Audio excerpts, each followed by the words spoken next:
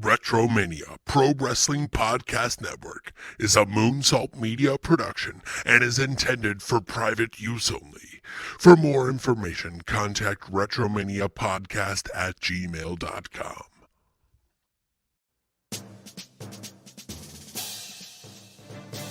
Hey everybody, and welcome to WretroMania Pro Wrestling Podcast Network presents Catching Up. This is a special episode. I'm here joined with the man who has, been with me on the ride since we've started this WretroMania Pro Wrestling Podcast Network, Dave Rosenbluth. Dave Rosenbluth, the man from Kicking Out at 2. How you doing, Dave? I'm doing pretty well. Looking forward to this subject and what we're going to discuss. Deviating from the norm when it comes to the format on our Catching Up concept as a part of the WretroMania Pro Wrestling Podcast Network. So I'm looking forward to taking a deep dive into what will be the 20th anniversary next year of the Ruthless aggression era in WWE. Yeah. So I'm looking forward to discussing the season 2 from Peacock, WWE Network, whatever you want to call it. It's going to be a lot of fun. So let's dive into it. Yeah, absolutely.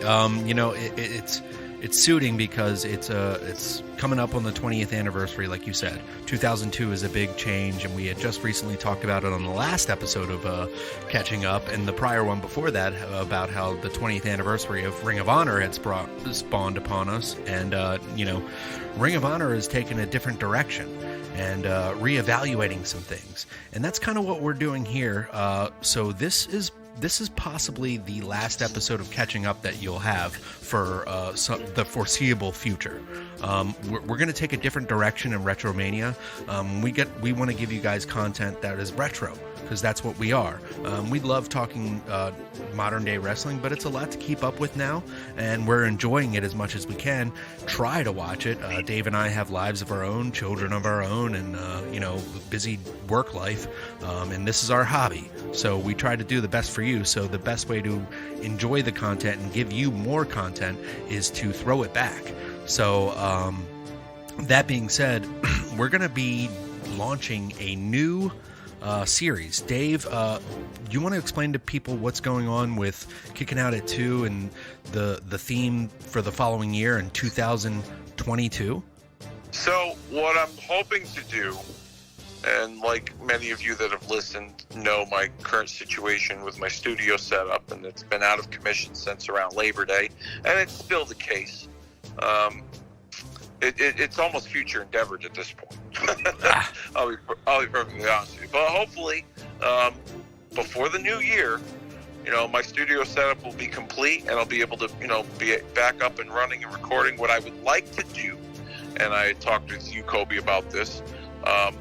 I mentioned it before. I want to cover 1997 on Kicking Out at 2. And so what I planned to do was I picked random episodes of Raw and Nitro that myself and you, Coby, and other guest co-hosts that will be joining me, we'll do watch-alongs of those episodes of Monday Night Raw and Nitro from 1997. Reflect back on our memories watching them. If we have never watched them before, we're watching for the very first time, and discuss the current events that were taking place during that time period in 1997. Which is coming up on the 25th anniversary, right? Exactly. Yeah. Just, 25th anniversary of 1997, the silver anniversary, which was a very big year. Some say the best year in wrestling. Yeah, you could make an argument that 97 was the best year in wrestling. It was a huge turning point. You were starting to see they were setting the table for what was to come for the next several years in wrestling, not only just in WWF, but just the landscape in general. And so, we're going to, on Kicking Out at 2, we're going to cover Raw and Nitro, do them in watch-along form because they're roughly, an hour and a half or so of episodes. Now, from time to time, certain special occasions, we're going to, not cover some things that are from 1997. Like, for instance, in the month of January, I want to do a watch-along of the 1992 Royal Rumble match with Ric Flair, which will be approaching the 30th anniversary of that, which is the greatest Royal Rumble match in my very opinion. So I'm hoping to do that as well. And some other different, hallmark landscape type moments that took place outside of 1997. But for the most part, 95% of Kicking On to Two's content is going to be taking place from 1997. Now, to bounce off of 1997, we're going to be relaunching season 2 of Marking Out the Days. But it's not going to be Marking Out the Days Weekend Warriors. It's going to be Marking Out the Days Extreme Watch-Alongs. Extreme. Where we're going to watch episodes of ECW. And for me, this will probably be the very first time that I've watched 1997 ECW in this form. Coby and myself it's going to be like a sister type, format where we're going to how would you like to? We're going to complement each other, if you will, between Kicking Out at 2 and Marking Out the Days. And Coby and myself will watch all ECW from 1997. Those are about 45 minutes, so that's just enough to digest when you listen to us instead of rambling on for 2.5, 3 hours with the pay-per-view watch-alongs, because I know that can be tough. But we're going to cover all things 1997 on the WretroMania Pro Wrestling Podcast Network. That's the theme this year between Kicking Out at 2 and Marking Out the Days Season 2 Extreme Watch-Along. So really looking forward to that. Like I said, hopefully with my studio situation, I'm up and running by the new year.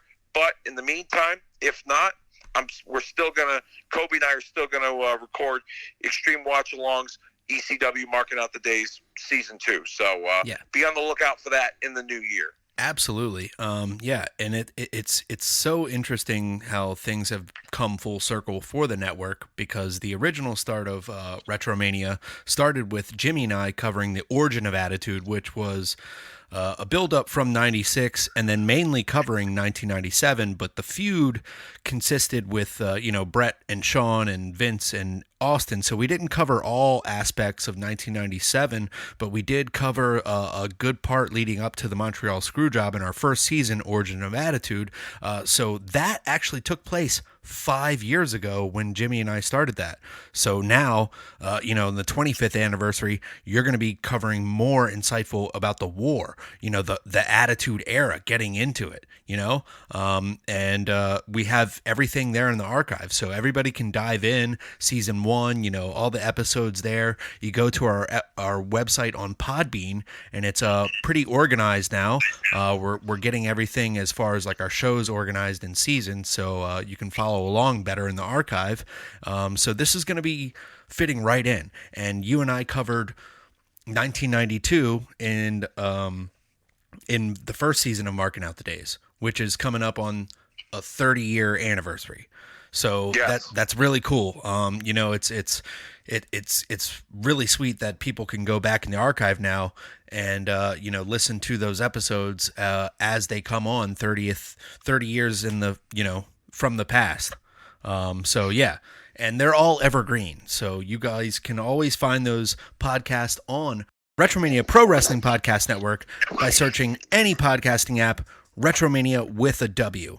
And you can find us on Facebook and join the group there. There's a group button for the WretroMania Podcast Squad, and you can directly contact us, have requests, and I think we'll be more interactive with this year coming up as Dave and I present to you the new Marking Out the Day Season 2, covering the 1997 year of ECW. That's called Extreme Watch-Alongs. So, looking forward to that a lot, Dave. Everything is coming full circle, like you said. And speaking of full circle, it kind of feels that 2002 coming up, Ruthless Aggression. Season 1 had dropped last year, which I think they could have held out and maybe tightened that one up because it was a loose abbreviation of everything that we're kind of covering for this one. But Season 2 was really good overall, I think. What were your thoughts? I enjoyed Season 2. Going back and watching it overall, I was kind of comparing how I felt about that era of wrestling then as opposed to now, and I really feel like that it's an underrated era in wrestling. Remember. Let me pause you real quick. Now, okay. Because a lot of people, like myself, around this time and around 2001, I kind of became lapsed as a wrestling fan. I became a little more busy, and because of the dissolve of WCW, the lack of competition, the spawn of TNA and ROH and all these other things didn't happen until a little bit later, and even then it was hard roads for them. I mean, how were you around this time? I still watched, but I could see a noticeable change in the wrestling community. I definitely felt a change as we were watching. They were throwing a lot at us. From the purchase of WCW up until, I would say,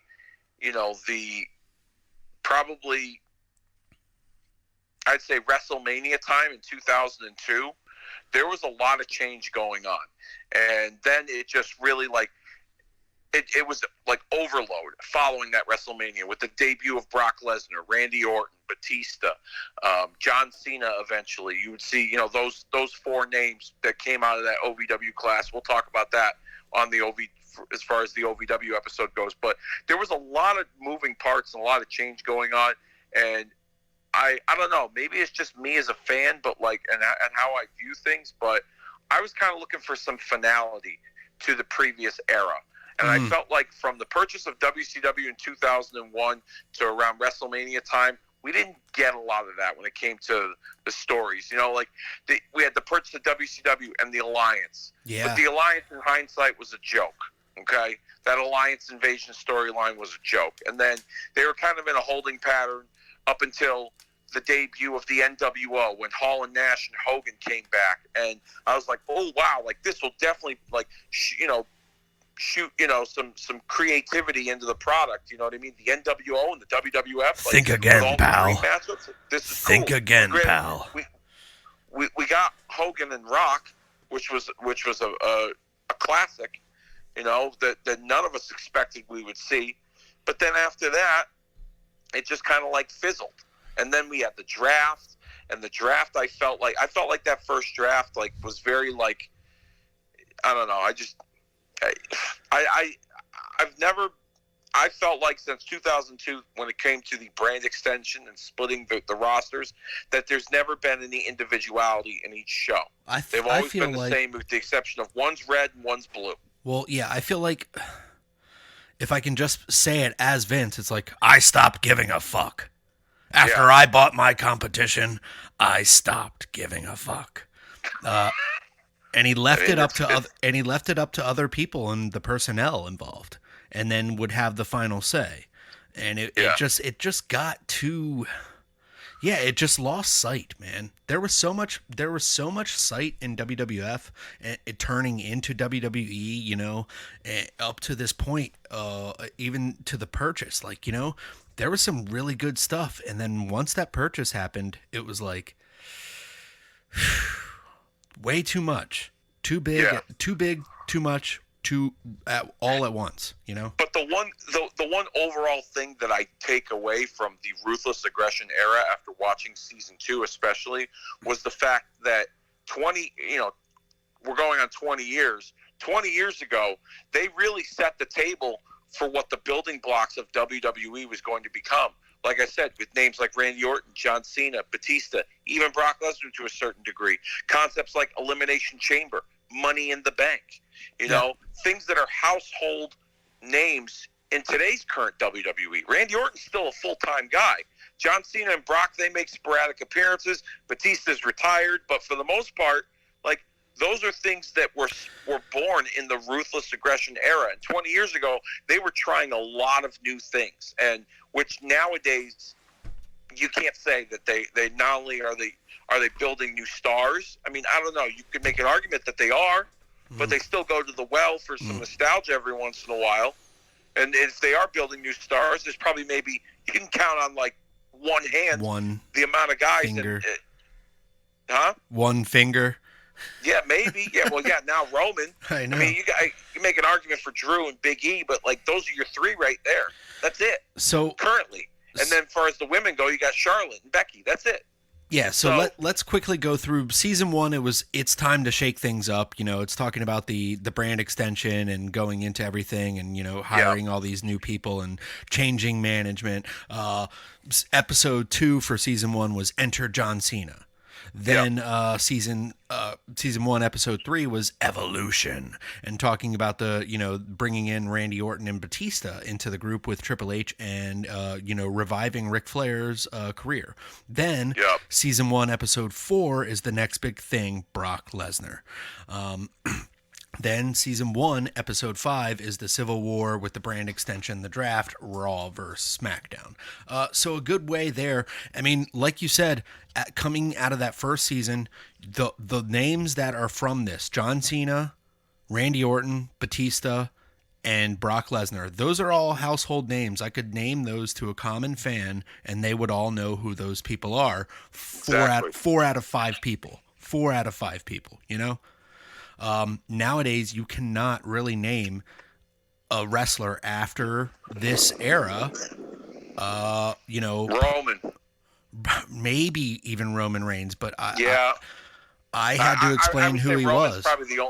But I had to explain who he was, but every time I've explained who he was, the female or, the male is kind of like intrigued, but the female that I tell, they're like, ooh, he's hot, he's sexy. So, yeah, it works for him. Yeah.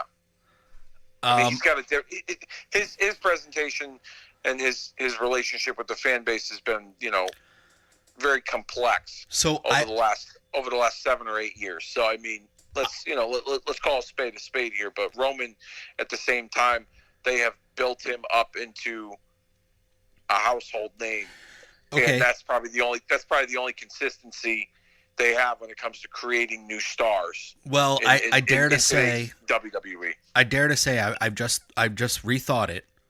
The Miz. People know who he is. He's been on television.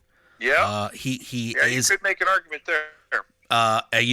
Despite what the wrestling community wants to say, The Miz is a known face throughout the community of entertainment. And we'll get into that as we cover this season 2. So let's get into season 2, episode 1, Hollywood Rock. Dave? You want to go first? No, Dave. Dave. You take us on the ride here. Okay. All right. I enjoyed season 2 overall. I think it was better than season 1. Absolutely. I think we really got the meat and potatoes of what the Ruthless Aggression era was all about. Mm-hmm. And every episode was if you go back and you think Ruthless Aggression era of WWE, every episode of season 2 is definitely that came, you know what I mean? You can identify it with the Ruthless Aggression era. They were memorable moments. They were long lasting moments of that era.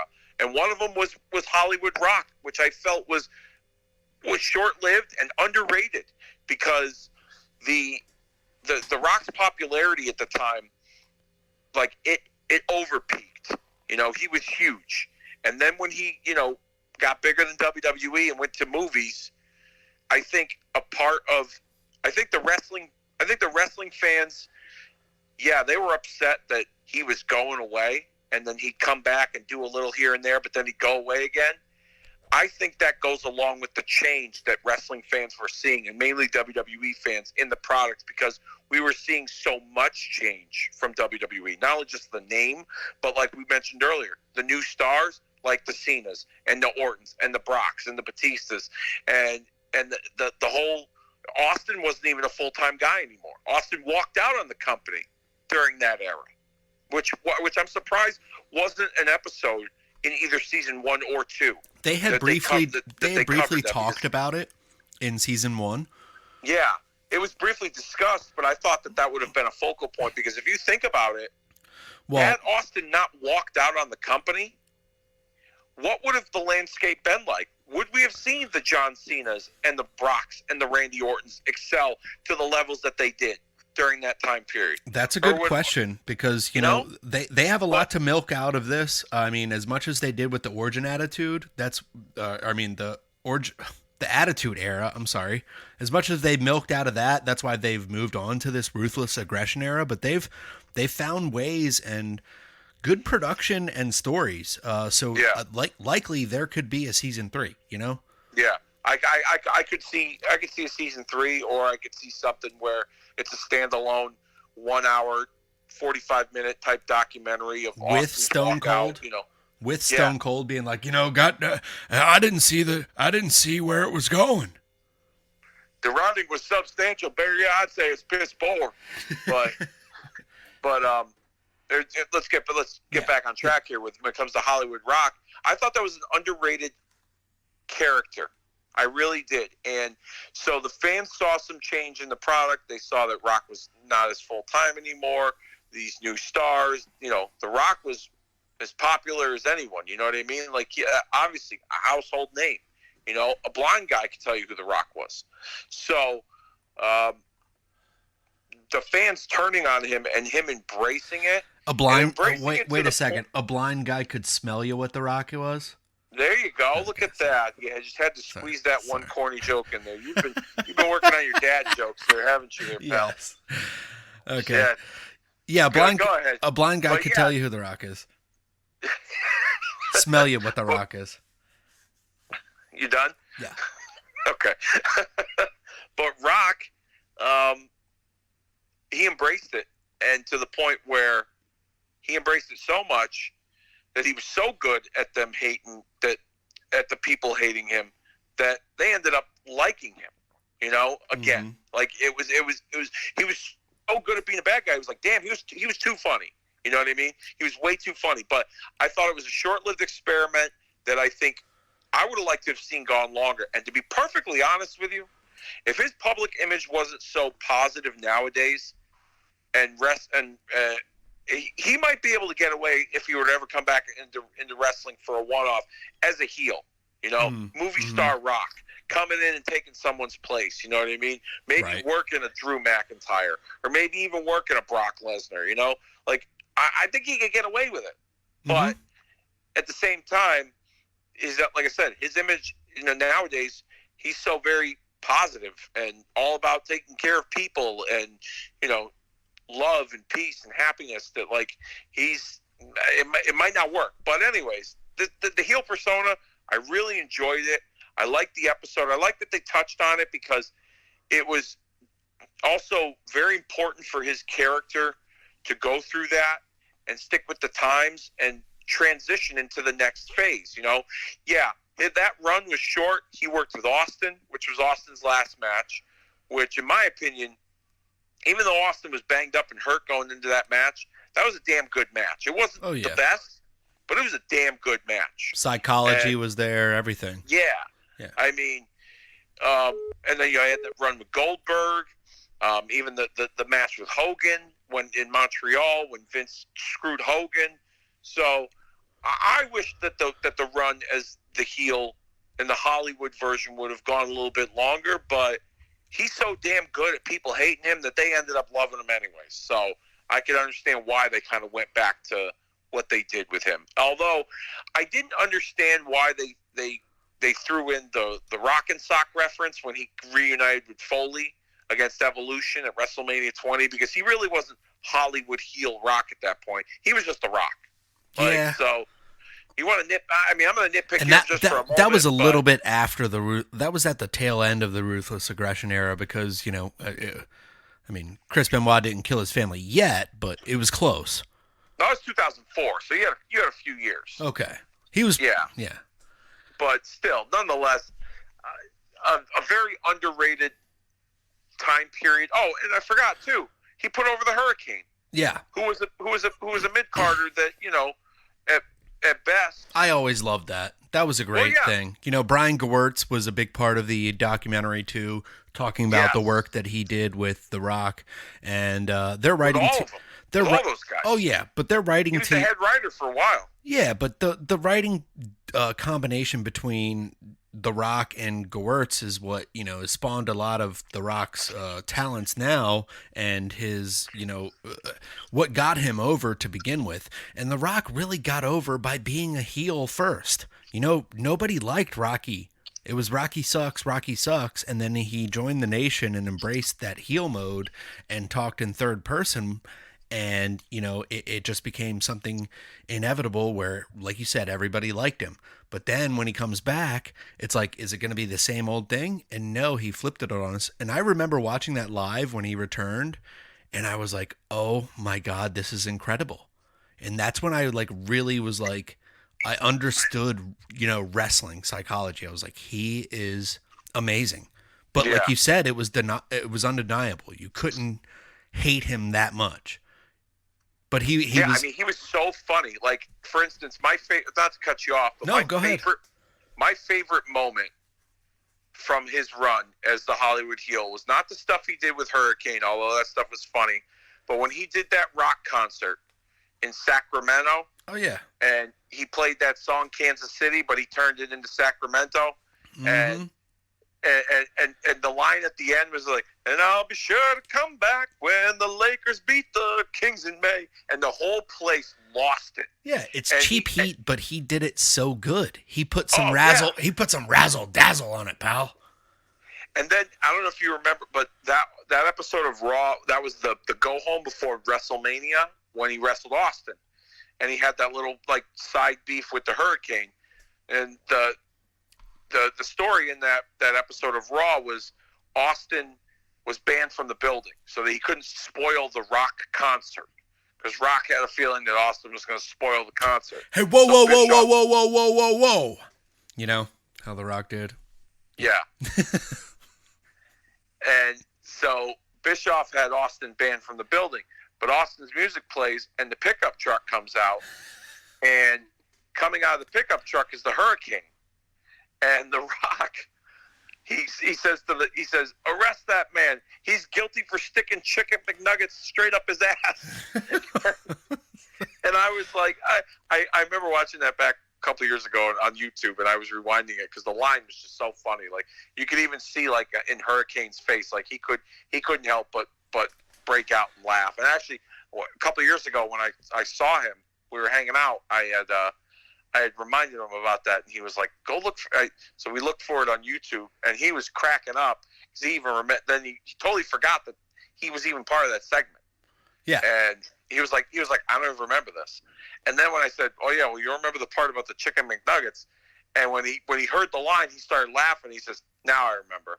And he was like, "I couldn't keep a straight face. They had to cut the camera away from me because the cops were arresting him. He was walking out. It was fucking hilarious." But underrated part of The Rock's career that I don't think really it's so short that it doesn't really get talked about a whole lot. But I was glad that they focused on that on the first episode of season 2, because I thought it was very well done. Yeah, they were having fun with it. I really like the one segment that The Rock did with the Hurricane too, where the Hurricane does the swooshing like leave scene, and the Rock goes to look up. I remember watching that live and cracking up. What a great time. They were just really embracing the goofiness. A lot of the way, AEW and WWE does now, but WWE does it too, like, I don't know. It seems like even more childish than what, it was goofy for us at the time, being teenagers. But if I were a teenager now, I'd be like, no, that was crazy. But now, even watching it as an adult, I'm like, oh, that was funny with The Rock and the Hurricane. That was great. You can appreciate that sort of thing when you're older, but when you're younger, it's like, it's stupid. Right. Moving on, season 2, episode 2 of Ruthless Aggression, Innovations. Yeah, Innovations covered match concepts and new elements to the programming.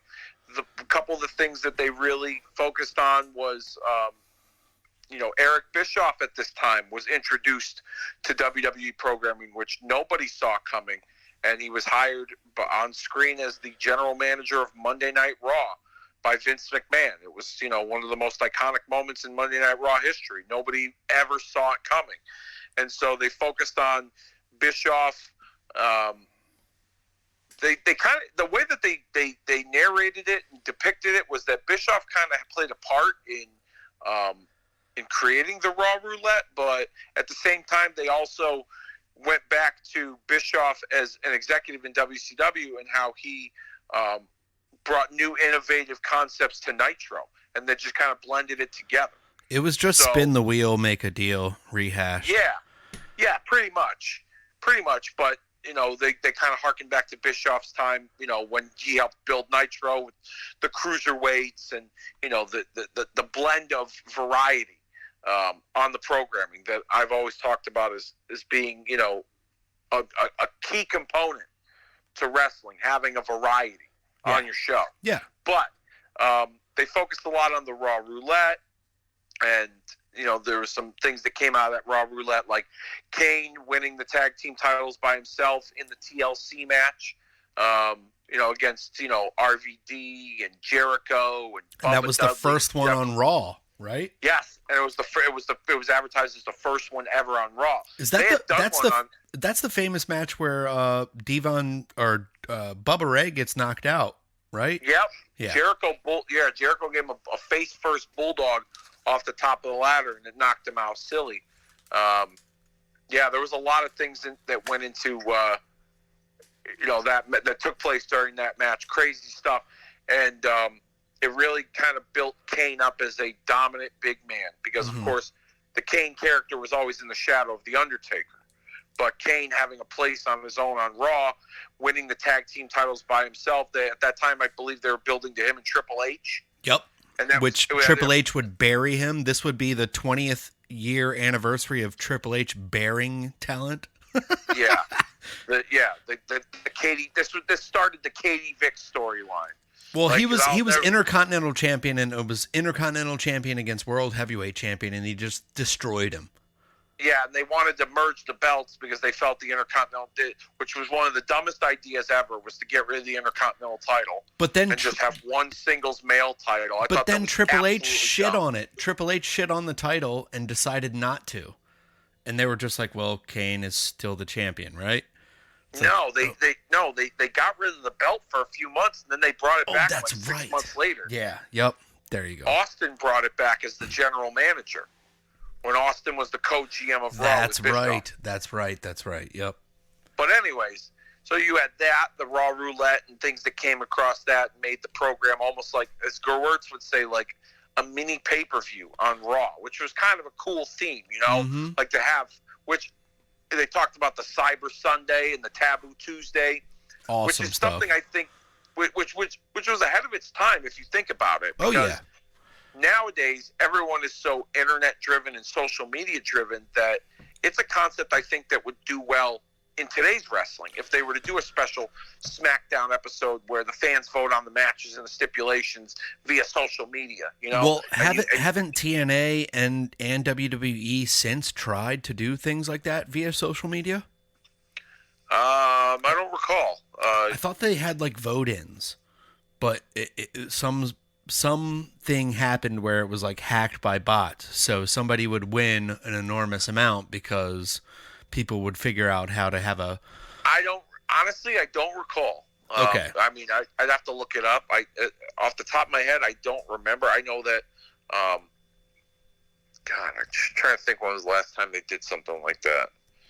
It's so long ago. The last one that I can recall that they did was like Raw in like 2010 did like a viewer's choice type of deal. It was similar to like the Taboo Tuesday or the Cyber Sunday where you vote on the matches. And that was the night that the Nexus debuted. Yeah. And where they like jumped John Cena. But they talked about the Cyber Sunday and the Taboo Tuesdays, which like I said, I think it could work well in today's concept. Makes it more interactive, more organic, and less overproduced. You know what I mean? Which is what you and I've talked about with today's product. It is so sanitized and so overproduced. They've become a victim of their own success. That it's. Honestly, I have not watched Raw and SmackDown in God knows how long. And guess what, Dave? You don't have to. Yeah, because it's all over social media. You could find out what happened. And then it's there in compressed little bites, and then you miss all the bullshit that you see that's filler on the TV. It's literally a good chunk of the show is like 15 to 20 minutes of entrances. Yeah. It's ridiculous. Oh, yeah. But yeah, I would mind seeing like that voting concept come back with like social media. Like tonight, Roman Reigns is going to defend the Universal title against A, B, C, or D. You go vote now on Twitter. Blah blah blah. You know what I mean? Like, and you have like a 5-hour window rather than a day. Like, just get people hooked to the program. Yeah, you know, or like a 12-hour period. Yeah, or like you could just you could hype up who the candidates are, or like you build to it like a week in advance. Like, all right, we're gonna have qualifying matches. All right. You need to stop because now we're giving them a bunch of ideas. Okay, all right, never mind. I'll stop. Yeah, let's get back on track here. I went off the rails a little bit. Good idea. Then there was more innovations like the War Chamber, which was really like a well thought out, advanced version of War Games. Yeah. Yeah. Or not War Chamber, the Elimination Chamber. Yeah. They're staples. I mean, now they've become their own pay-per-views, which isn't a bad thing. Although I liked when Money in the Bank was a part of WrestleMania. Me personally, I think it made WrestleMania a little bit more special, where you had that type of a match. But Money in the Bank has become its own standalone pay-per-view, and it does pretty well. It's to me, Money in the Bank is more exciting than Survivor Series. When I watch, because those matches mean something. The Money in the Bank matches, now that they've turned it into its own pay-per-view. Same thing with the chamber matches, when they add stakes to them, whether it's a shot at WrestleMania or it's for the title, and the winner faces this person at WrestleMania, etc. Like those all started in the in the Ruthless Aggression era. There's one thing that had me cracking up, and I don't know if you noticed it, but they were showing the behind-the-scenes footage of the competitors from the first Elimination Chamber in the Garden, the day of Survivor Series, like Shawn, Kane, Hunter, Booker T, those guys, Jericho. And you see Hunter and Booker kind of sitting in the same row next to each other, and all of a sudden you hear Booker T go, "Somebody's going to get fucked up tonight." And he's staring right at Hunter. Holy shit. And Hunter, doesn't even say anything. He doesn't have this, there's no look on his face, nothing, but just Booker with this dead-ass stare. Somebody gonna get fucked up tonight. Oh, my God. And I rewound it back. It's it almost felt like he was directing that at Hunter. Like you're gonna be the one that's gonna get fucked up. Triple H is like, "I'm just gonna bury you at WrestleMania." Yeah. We're gonna make you play the race card, and I'm gonna win. I'm gonna win, boy. So yeah, I do like the Innovations episode, but at the same time, it's just they were putting more. They were innovating older ideas, is what I'm trying to say. So the ladder match, they added more people to it, and a briefcase and a contract. Instead of War Games, it's an elimination chamber with singles competitors rather than a team, which I do like. But what are your thoughts on doing that every year? Every time around the same year? Don't you think it should be more organic of a match and not have a pay-per-view named after the event where you have to do it every time around that time? What are you talking about for Chamber and Money in the Bank? Yes. So, like I said to you earlier, Money in the Bank, I liked it when it was an annual thing at WrestleMania because it not only gave some guys a spot in the card in an important match on the WrestleMania card, but it added more to the WrestleMania event. Kind of like when they do the Andre the Giant Battle Royal, even though it doesn't mean shit anymore. After the first year, it didn't mean anything. So I liked it when the match was put on WrestleMania. Although I don't mind it when it's a standalone pay-per-view. You know what I mean? It's because if you think about it, WrestleMania sells itself. Okay, WrestleMania is WrestleMania. You put whatever matches on there, people are going to buy WrestleMania. Okay, or people are going to watch WrestleMania. So Money in the Bank has become such a popular concept that giving it its own standalone show and being the one night of the year where you can, your career could change, et cetera, et cetera.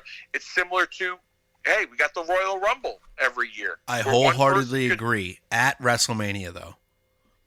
What's that? I wholeheartedly agree, but only at WrestleMania.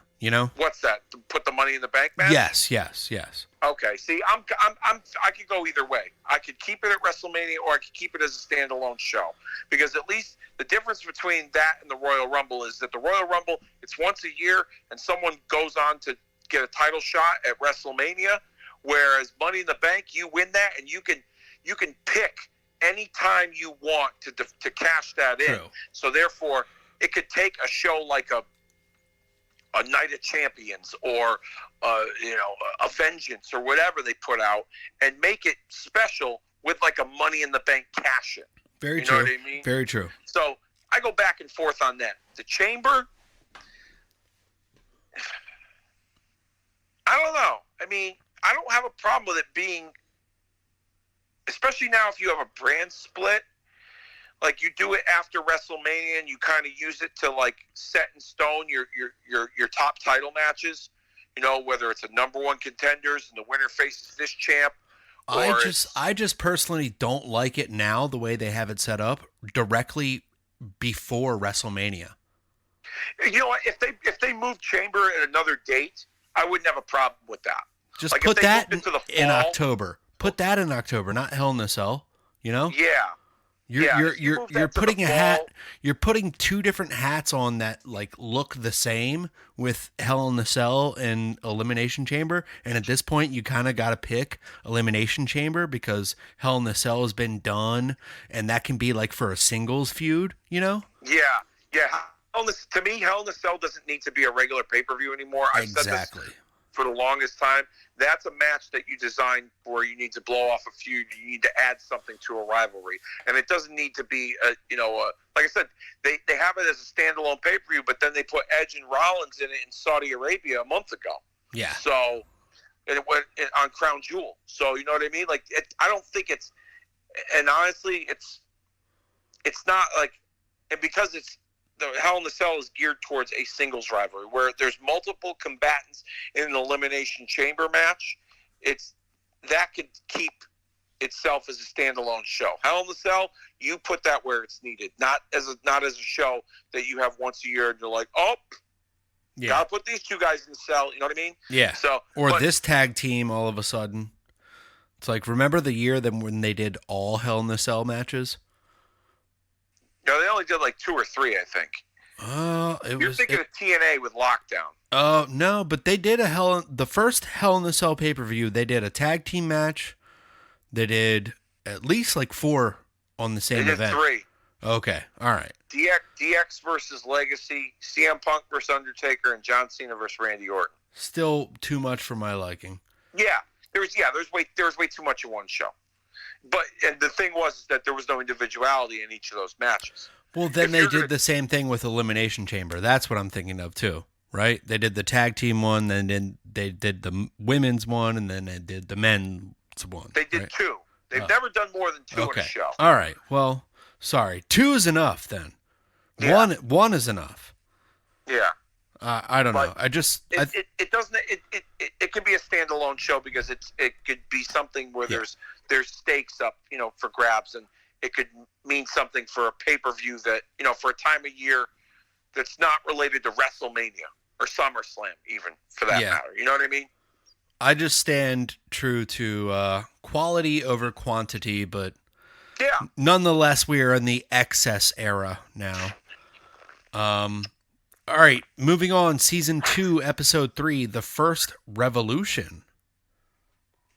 I mean, you could, WWE a lot of times, they say the winners rewrite history, and a lot of times, they repaint the narrative, or rewrite the narrative, I should say, over and over again. But, in this episode, you could make a strong case that was the first ever women's revolution, or evolution, if you will, with names like Lita and Trish Stratus and Victoria and Jazz, and Ivory, a lot of those names, Mickey James, a lot of those names, they were good looking women, but they also kicked ass. Yeah. Did they mention Jazz or did they mention Jazz or Jacqueline at all? I don't know if they did or not. I'm just bringing those names up because those names come to mind for me. But I know that they obviously mentioned Trish and Lita. Yeah, I mean, of course. But yeah, there were so many workers around that time. Molly Holly too. Yeah. They mentioned her. They brought her up because she cut her hair at WrestleMania just to get a spot in the card. Right. Which I thought was unbelievable, an unbelievable sacrifice that you're willing to shave your head as a female in order to get a spot on WrestleMania. And that was unreal. Unlike anything I've ever seen, you know? Yeah. And the match, the main event, I remember witnessing that live with Lita and Trish Stratus. And watching that with my fiance. She was like, oh my God, I remember, like, it was a big influence for her, Lita, especially being a Latina woman. It was a big influence for her. So that was cool hearing that, like, you know, second party exchange of like a common fan just being like, oh wow, I know both of them, you know. The only thing I take away from this episode is, you know, they talk a lot about how the women, they worked hard, they had good matches, the stories were good. I mean, it wasn't like the stories were bad, you know, like their storylines were good. But where did it go wrong to the point where it turned into, you know, bubblegum bikini matches? You know what I mean? It was that way before. It was that way beforehand, and they tried to transition out of there. And for some reason or another, around 03, 04, Vince was like, we're bringing them all back, the models. Actually, Johnny Ace got a job and started hiring models again. Yeah. That's what happened. Yeah, because they speak so highly of it in the episode about the hard work and what they brought to the product and to the programming. But if it was so good, I mean, yeah, I know. Trish retired, Lita retired. You know, you had Mickey there still. You had Victoria. But what was it, because they felt like they didn't have enough big stars to maintain a stronger women's division with the wrestling itself, that they had to go to the model route where it's, you know, eye candy and, you know, lollipops and all the other bullshit? I think it was a way of riding the you know, the balance beam or the tightrope of sexuality, or should we actually go with this, you know? And obviously they weigh a lot of their options on what other routes of entertainment will do. And they've always done that, you know? Yeah. So it makes sense for them to kind of be like, well, we can give shades of this or that until we figure out what's the right avenue to go, you know? If that makes sense. Vince is very smart in that aspect. It usually takes him 3 years to build a star, and that's by him analyzing the algorithmics, or, you know, the ways of how to book this person, or what's going to get over, or what's going to be popular at that time, you know? Yeah. I mean, I could see.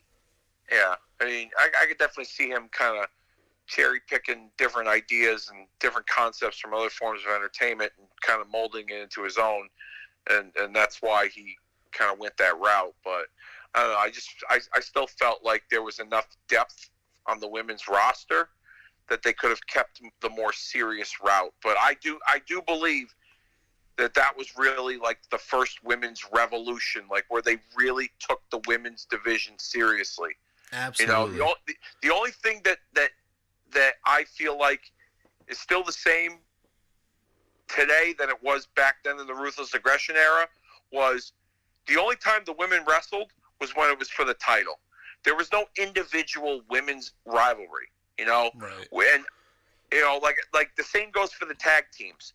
The only time you see the tag teams wrestle each other is if they're fighting for the belts. There's no tag team rivalry about who's the best or whatever. It's just, all right, if a tag team's on TV, it's because they're wrestling for the belts. Right. And that's the same for the women, that I feel. I feel the only time the women are wrestling is if it's for the belt. Yeah, well, I think that goes to degrees of 2002 during the Ruthless Aggression era.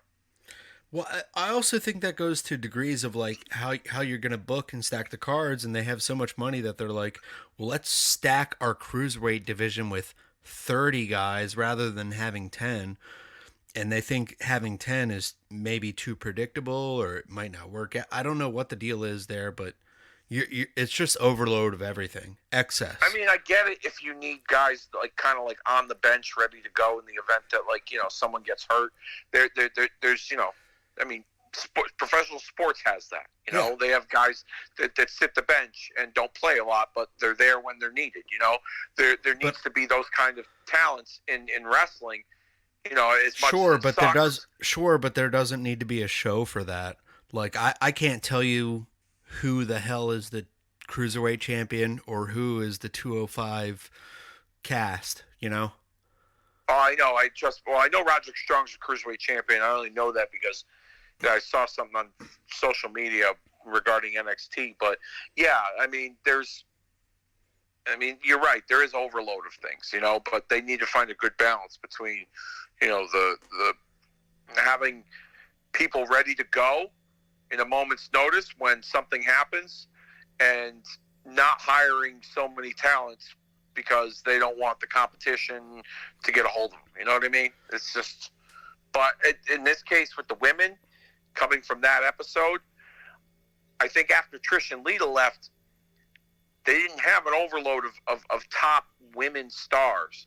And that's where I feel like the shift kind of changed. Once Lita left, Mickie James was kind of like their top female, and that was about it. Then it just kind of turned into, you had Melina, who was good talent in the ring, but you didn't really have a whole lot of women that could go in the ring. And then that's, I think, where they kind of just went in that different direction, where they went back to the bikini matches. Yeah, absolutely. I agree.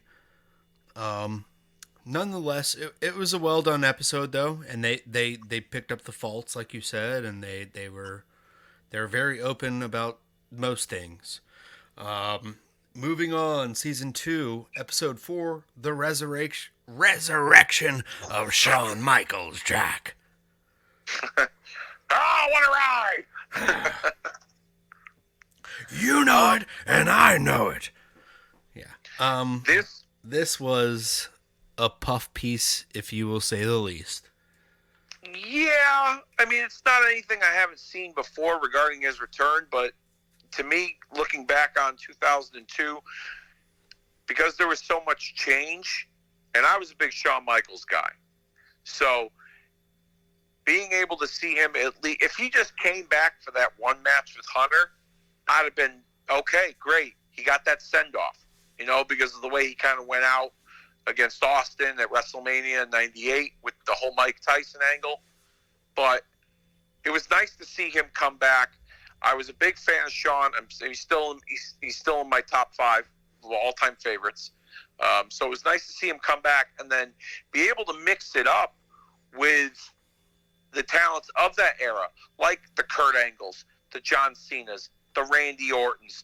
You know, having a more substantial rivalry with Triple H.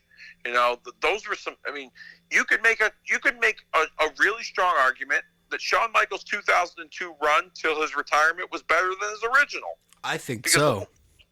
Because of all the guys he worked with and the content he put out. I think the actual psychology in the ring. I mean, yeah, Shawn did some incredible moves in his first run, but there just wasn't a consistency there. He was a low drawing champion, and people overshadow that all the time by saying, "Oh, he won the boyhood dream." Like, he didn't really draw that well because he didn't put on clinics like he did when he returned. It was like all of a sudden he was invigorated. Hold on, let me just stop you right there when it comes to that. There's a number of reasons why he was a low drawing champion. Okay, and I'm not saying this because I'm a Shawn Michaels guy, but let's bring it down to the brass tacks. All right, the WWF at that time in 1996 was in a transitional period. They had lost Hall and Nash. WCW had just created the NWO angle, so Shawn Michaels was in a rough spot trying to pick up the pieces. Bret was gone for the length of Shawn's run as champ, okay? And therefore, Shawn didn't have a ton to work with, okay? Well, Bret said he was going to do that to let him, because Shawn told him he didn't need him. So it was proof in the pudding. For me, Bret said Shawn couldn't hold the title by himself without him there.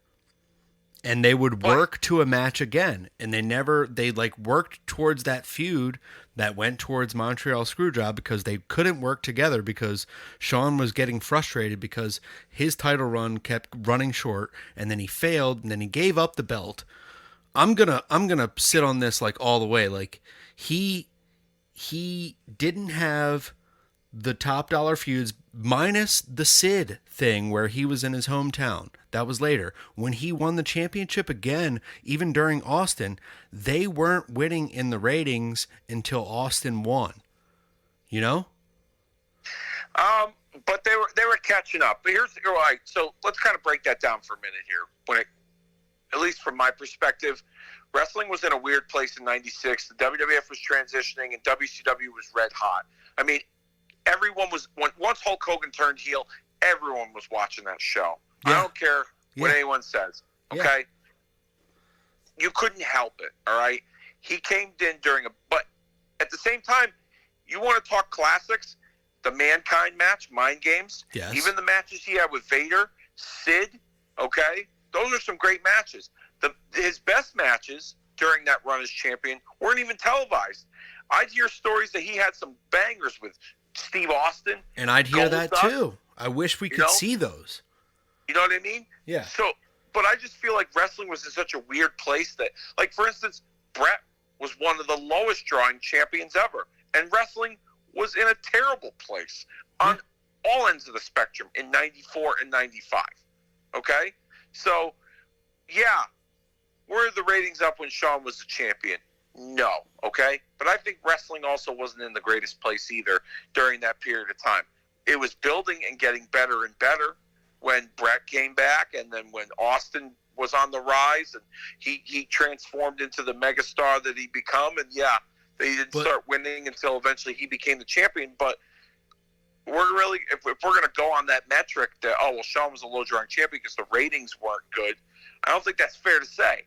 Is it funny that okay, it's not fair to say. I'll agree. Is it funny though that WWF or WWE started become like to win the ratings and overpower everything once they got rid of Shawn Michaels and Bret?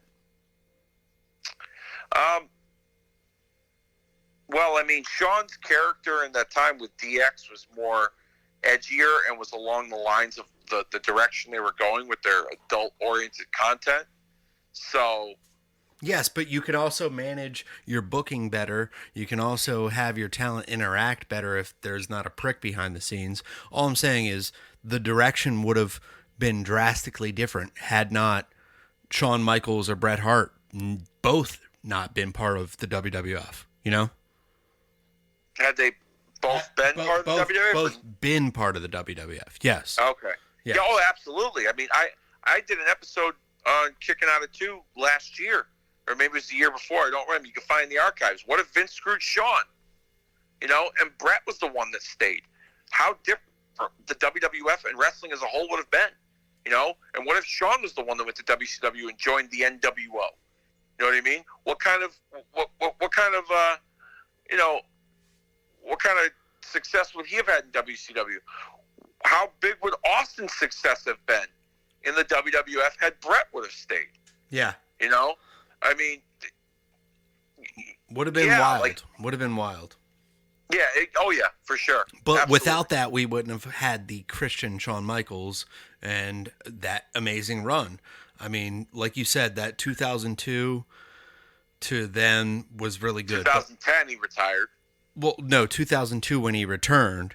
But 2010 he retired. Yes, to that run, like that whole thing was good. There was some of the DX stuff I didn't really mind.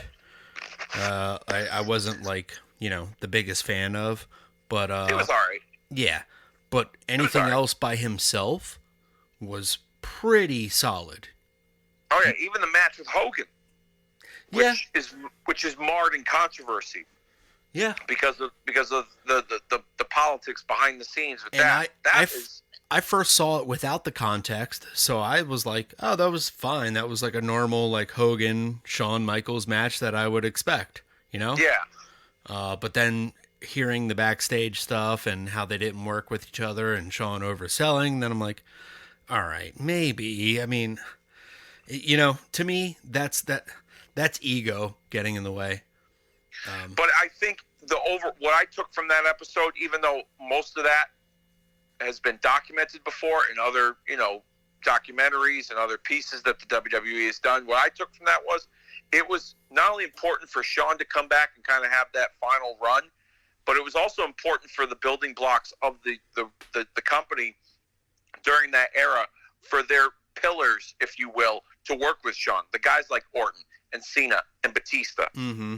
You know what I mean? Because if they didn't have a Shawn Michaels to work with, or even Hunter to some degree, because let's be honest, Hunter's character, he was kind of on an island, I wouldn't say an island unto himself, but Hunter always was in the mix with Austin and Undertaker and Rock. Well, Rock was gone. Undertaker was on another show with his biker character, and Rock was in the movies. So now we had to see what Hunter was made of, as a top draw. And that's why I reformed DX. Dude. And so Shawn being there, working with him as a partner or working with him as an adversary, really helped step up Hunter's game too, as well. No pun intended. No, absolutely. Shawn's return served a lot of purposes during that Ruthless Aggression era. That's very cool. I mean, he served a lot of purposes at this point. Triple H had really, he had almost around 2003 is when Stephanie and him get married. So he's almost annoyed into the family and becoming more in control, booking behind the scenes. And he's got a lot to do and say throughout the last 20 years of product for WWE. And it's kind of interesting coming full circle right now and talking about the relevant NXT, where his place is now. He had his cardiac event, and the future looks kind of bleak as far as his creative control, but you never know. As far as like what could happen next, I know he's going to be on a project called like the Future People type deal, the Future Talent involved, or the Chosen Ones type deal, where he's going to work with them in like just one-on-one. But he did a great job with NXT, and that's getting into our next episode, evolving into season 2, episode 6 or episode 5, Securing the Future for Ruthless Aggression. This one was probably the most well thought out and detailed episode out of the entire series, was because it really told the story of the evolution of their developmental system and how it started from a ring in the warehouse in Stamford, Connecticut, to Edge, Christian, Kurt Angle, certain guys that we've never seen train before. I want to see that footage, man. I want to see that footage so bad. Yeah, The Rock. The Rock started out there. Val Venus, Edge and Christian, Kurt Angle, Mark Henry, Test. Could you imagine seeing that stuff? What's that? Could you imagine seeing that footage at all? Like, the clips they showed was even pretty cool. Wouldn't you watch? I would just binge watch like training sessions with The Rock and Mark Henry. Like those. I mean, it was cool seeing those little clips. Like, for instance, like they talked about how it got to be so enamoring to watch that the office staff on their lunch break would go watch these guys train in the warehouse, and it would be such a distraction that it's like then they had to move, and eventually it formed into Ohio Valley with Jim Cornette, and of course that's probably their most successful form of developmental that they've had in the company's history, with the names that they produced, like I mentioned, again, Cena, Batista, Orton, Brock, Shelton Benjamin, the list goes on and on, and it was definitely, they peaked when it came to developmental when they went to OVW. Yeah, absolutely. There was a lot of stuff there that I really enjoyed this story because I was able to actually listen to the Jim Cornette's podcast earlier today and got some more insight into it. And as much as some things I don't agree with Jim Cornette, I do agree with a lot of his psychology and booking aspects and on the wrestling business, his take on it. He really believed in those guys, and he knew that they were big stars, and you could see it from day one. You're looking at the old school footage of those guys, and yes, as remarkably striking as they look, that's part of the reason of wrestling. You know, you're not going to hire a shitty actor and cast him in big time roles. I mean, you can do that now. That's fun. But sure, but you know, you stuck with a formula, and those guys fit the mold and then some. Naturally talented, even more talented, and would give you more than the older guys back in the days of the early 90s or late 80s. Like the in-ring athleticism just stepped up, you know, so much. And Jim Cornette saw that. And there was a lot of to do with Danny Davis and Rip Rogers, which they got like 0 mentions in that episode. But Rip Rogers was one of the big trainers there. Danny Davis was the operator of the warehouse and housed everything and helped everybody out. And Jim Cornette was the creative mind behind it. And those guys have their fingerprint on the business till this day, you know, because of all that. Yeah, I mean, I was surprised at how much. I mean, they talked with Cornette, you know, which. Well, that was taped 3 years ago. Oh, that was? Yes. Okay. So he said they've been working on this like 3 years. Okay, but the Danny Davis stuff, I didn't expect. I expected to hear from him more, but it was that piece was regarding the OVW stuff designed to focus on Cena, Orton, Batista, and Brock, and that class that came through. And you look at all the success that those guys had. Shelton was a big part of it, but unfortunately, yeah, he was kind of like the fifth Beatle. Yeah, like but that's also because he was black. Because Vince just doesn't. Here we go. I'm just gonna say it. There's a classic story where another black person in the back asked the question to Vince and goes, "Excellent question, Shelton." Oh, I've heard that story before. Yeah. It was Michael Tarver. Yeah. I mean, I've heard that before. But that doesn't mean that they didn't. They didn't see him. They didn't see him. But Jim Cornette had saw him, and OVW had put him over big. He was very big over there, and that's why the moment he launched into ROH and anywhere on the other scene of wrestling, he was over. I think that kind of like about how like the way the program has become so sanitized now. I think once they working with OVW and they transitioning to Tampa and then eventually Orlando Performance Center, that's where we started to see the product becoming more sanitized, and it was now just, as they like to say, a cookie cutter factory, like with new talent coming through the system.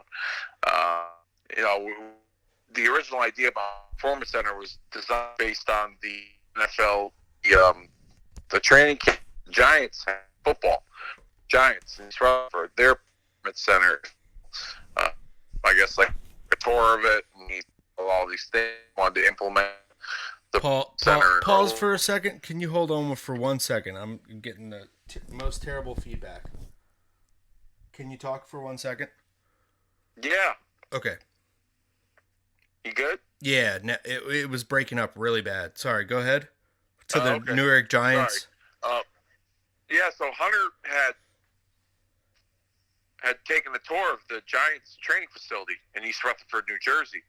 And he saw things from that, and that's how it kind of incorporated into the Performance Center Orlando. But I think OVW was the last place when it came to developmental where the talents not only learned how to be more creative, but really find themselves as a character, and that's what got them noticed by the main roster, whereas opposed to once the guys made it to Tampa and then eventually Orlando, they almost like built a wrestler, if you will, in their own vision, instead of kind of taking something that you created and kind of incorporating it into their vision, they just kind of wiped the slate clean with the majority of talents that they go through the Performance Center now, and they try to build a vision with them, if you will, with the exception, of course, of some of the indie talents that Hunter had signed in the last couple of years to build NXT.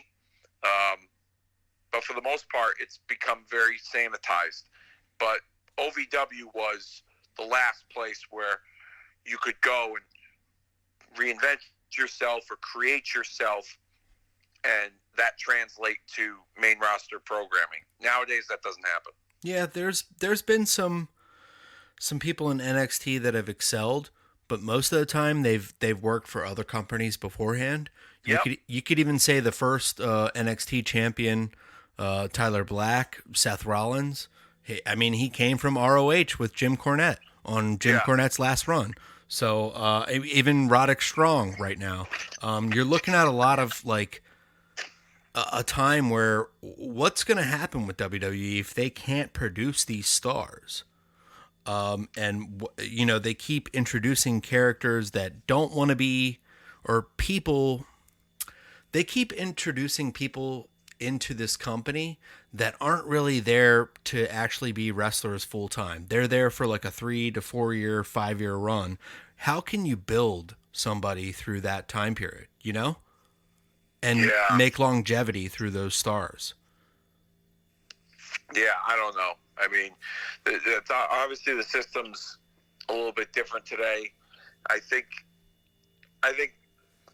to me personally, I feel like at the end of the day, it always starts at the top with Vince, and he wants right now instead of tomorrow, And I think with this rebranding of this new NXT, they're trying to go back to that OVW type formula, looking for bigger guys and not so much, and younger too, not guys that have been established on the indies for, 5, 6, 7, 8 years.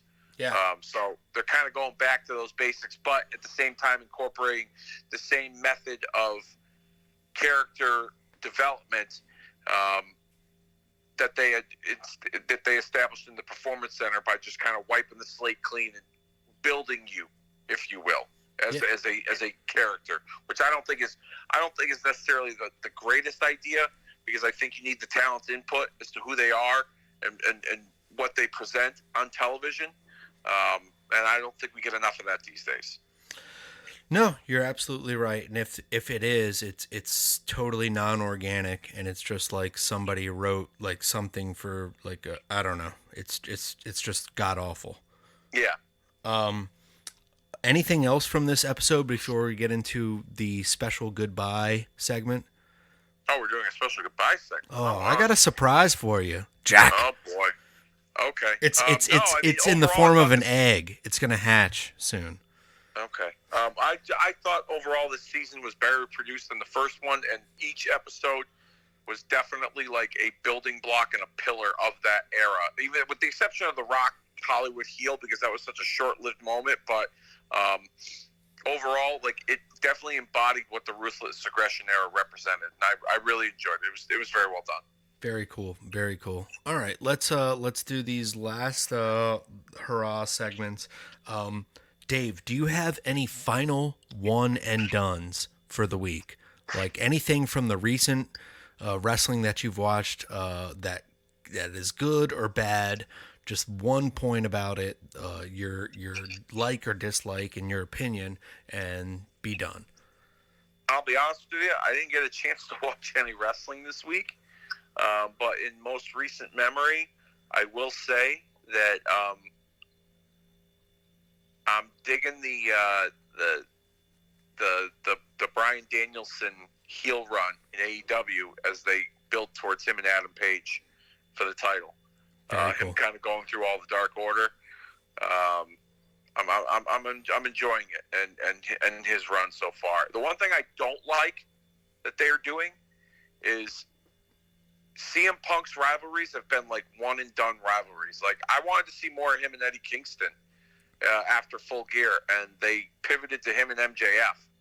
And I wanted to see more of MJF and Darby Allin, and they just kind of, I almost feel like they're getting all this stuff out of the way because maybe Punk doesn't have a whole lot of time in the ring.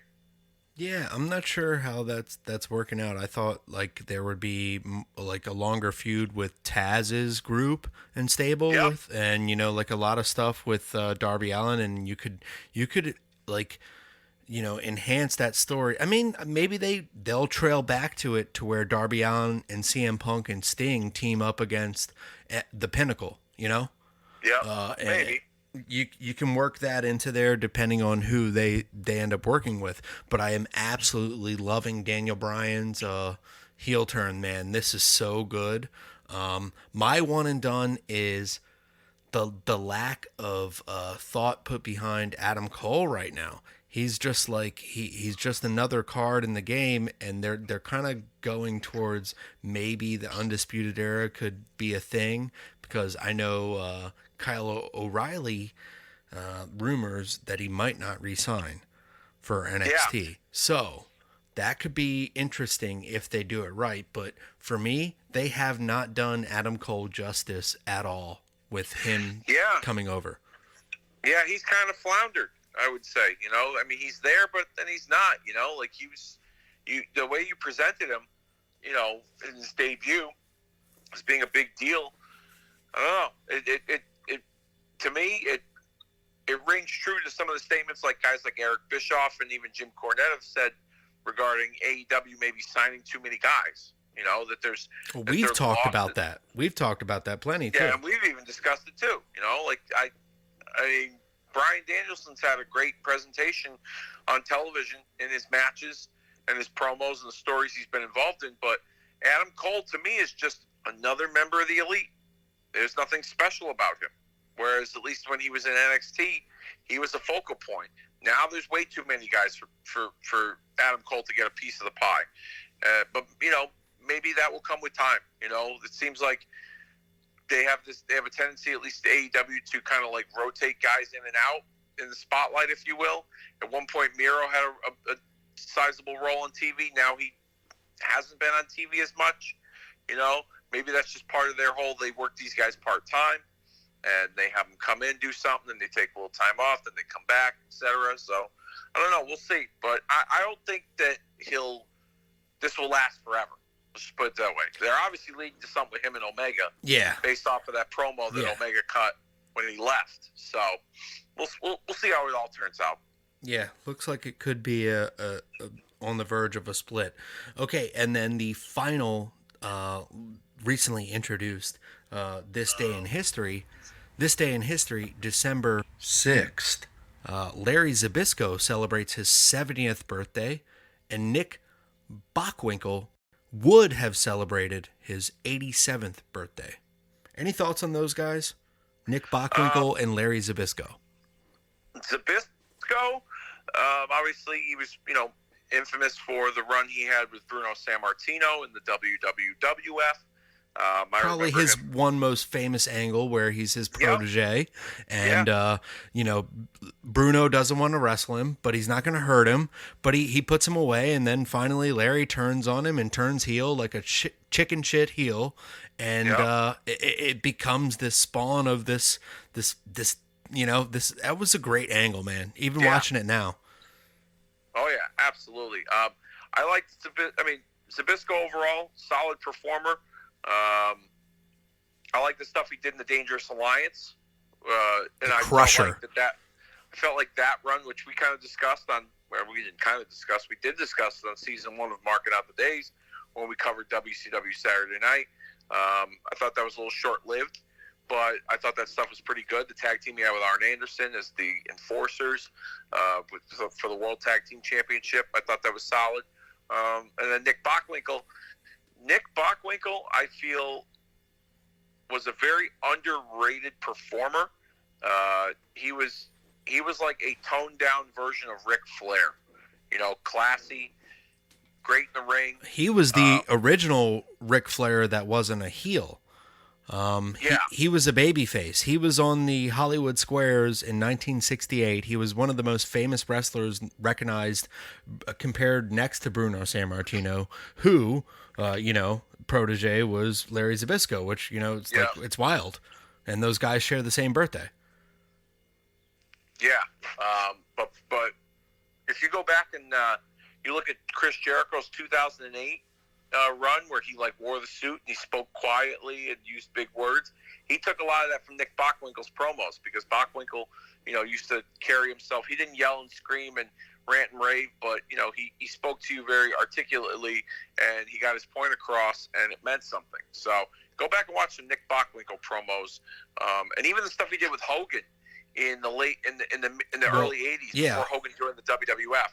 He with becomes Bobby Heenan as his manager. Great stuff. Yeah, he finally turns heel after all this time, and it was like he was always known to. He should have been a heel, but he was a babyface. He was a slick, talking like handsome guy, and then for him to become that character, almost like you say, reminiscent of Chris Jericho in 2008, and it was like, oh man, this is amazing.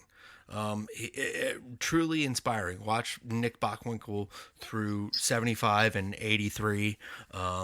It's some great stuff. That has been the final This Day in History. Maybe we'll bring it back up on the new Marking Out the Days, but we'll see how that goes.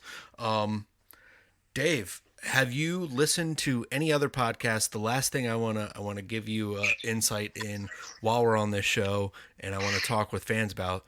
Listen to Freddie Prinze Jr.'s podcast. Have you heard about it?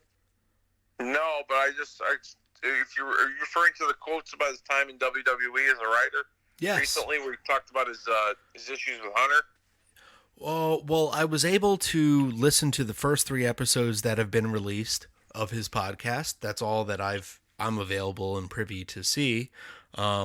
And it's very insightful. It's one of the most insightful podcasts I've heard about wrestling and the business of works within the WWE. I mean, minus Bruce Pritchard, he talks about a lot of stuff, but he's kind of like on the bench already. This is coming from like an outsider's perspective, a true fan. If you ever wanted to write wrestling, if you could write, if you were a fan of the entertainment business, or if you were a loaded kid, the son of a famous Puerto Rican comedian or half Puerto Rican comedian like he is, you might be able to get into that business, but even then it's closed off. It's so good. You need to listen to it. There's so much insight into like ribbing him. He wanted to do an acting class, so they told him to go to this room at an arena set up, and it turned out to be like a little closet, and the only person that showed up was Sean Spears, and Sean Spears had to let him know what a rib was. It's pretty interesting, and they're trying to grind him down the whole way, but all he's talking about is trying to write really good stuff for the people. And he was involved with the Undertaker and Jeff Hardy feud in 2007 and 8 era, and as well as writing for Brian Kendrick during the Scramble match, and he talks a lot about Michael P.S. Hayes and Bruce Pritchard, giving him a lot of insight. So it is very interesting. Sounds like I don't need to listen to it since you just told me everything he said. Well, I'm just summarizing what he's saying. I know, I'm just fucking with you. Relax. Yeah. But yeah. Listen to those stories, man. I usually don't plug other podcasts, but this is something I was like hooked after the first 20 minutes. I was like, wow, this is great. Interesting. And it just gets really good. He does an interview with Xavier Woods as well. So that it's really cool. Okay. If I got time, I'll try to check it out. Yeah. I mean, even my podcast listening is very few and far between with the life I have going on. So last podcast I think I listened to was... what did I listen to? WretroMania Pro Wrestling Podcast. Well, yeah. Actually, I did listen to one of our episodes recently. But one of Jeff Jarrett's podcasts. I think it was cool.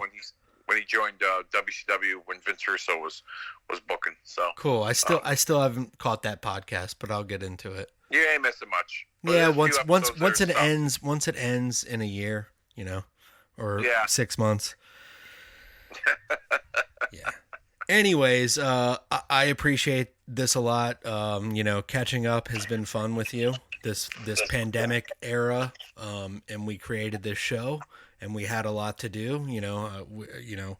Now we're kind of in a different groove, and I think the next year we have a focus, one central focus. So I'm really happy and psyched for the next year of WretroMania. Same, man, same. We're going to cover 1997, and it's going to be a lot of fun. Looking forward to it. Absolutely.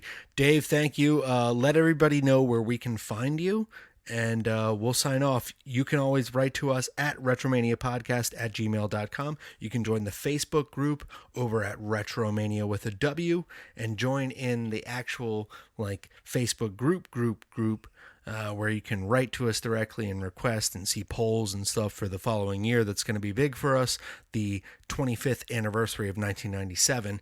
And as always, you can find all the shows and archives on any podcasting app by searching Retromania with a W. Dave? Yeah, you find us on Kicking Out at 2 on Facebook and Twitter, facebook.com/Kicking Out at 2.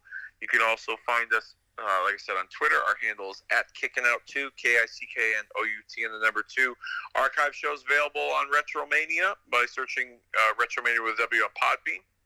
And we have all kinds of fun stuff. I haven't been active on social media that much because a lot has changed in the last several months.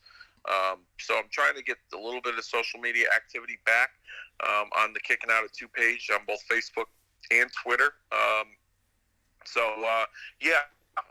Find us there, pictures, links to archive shows. I try to do some discussions and things like that. So hopefully 1990, when we cover a lot of 1997, that I'll have a little bit more activity on the social media regarding that, and you guys can all be a part of it too. So find us over there. Like Facebook, follow on Twitter. All right. See you guys. Thank you. Thank you.